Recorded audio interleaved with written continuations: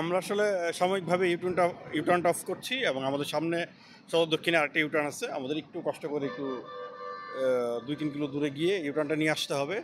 আর এটা হচ্ছে আপাতত সলিউশন। আর আপনারা জানেন আমাদের এই চিটাগাং বন্দরে যে আমরা ইলুপ প্রকল্পের আওতায় ইলুপ নির্মাণ কাজ চলতেছে।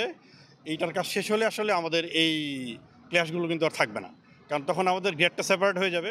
আপনারা দেখবেন ঢাকা থেকে অথবা কুমিল্লা থেকে চাঁদপুরগামী, নোয়াখালীগামী যে প্রাইভেট কার বলেন, বাস বলেন, অন্যান্য পরিবহন বলেন, সেগুলো কিন্তু আসলে এই ইউলুপটা হওয়ার পরে তারা এই ইউলুপটা দিয়ে ফ্লাই করে উপর দিয়ে চলে ওই দিক দিয়ে নেমে যাবে।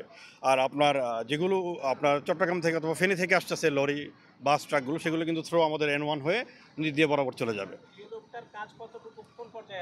আমাদের কাজের ভৌত অগ্রগতি হচ্ছে 25%। আর শুধু ইউলুপটার অগ্রগতি হয়ে গেছে আমাদের 40%। আমাদের ইউলুপ প্রকল্পে আসলে 4টি কাজ, একটি ইউলুপ নির্মাণ এবং 3টি আন্ডারপাস নির্মাণ। তো শুধু ইউলুপটা আপনাদের প্রায় 40% কাজ হয়ে গেছে এবং এটি হয়ে গেলে আমাদের আসলে মেনলি কদুরবাজার মোড়ের যে দুর্ঘটনা এবং ক্ল্যাশগুলো আছে, যানজটগুলো আছে, সেগুলো বন্ধ হয়ে যাবে।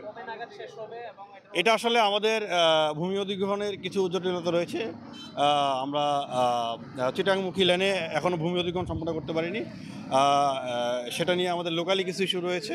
জনগণ যাদের ভূমি পড়েছে তারা কিছুটা দ্বিধাদ্বন্দ্বে ভুগছে যে আসলে তারা জমিগুলো দিতে যাচ্ছে না। তো এই জিনিসগুলোর সমস্যার সমাধান হলে এবং আমরা যদি চিটাংমুখী লেনের ইউলুপের নির্মাণ কাজটা সমাপ্ত করতে পারি তাহলে আমাদের পুরো কাজটা শেষ হবে।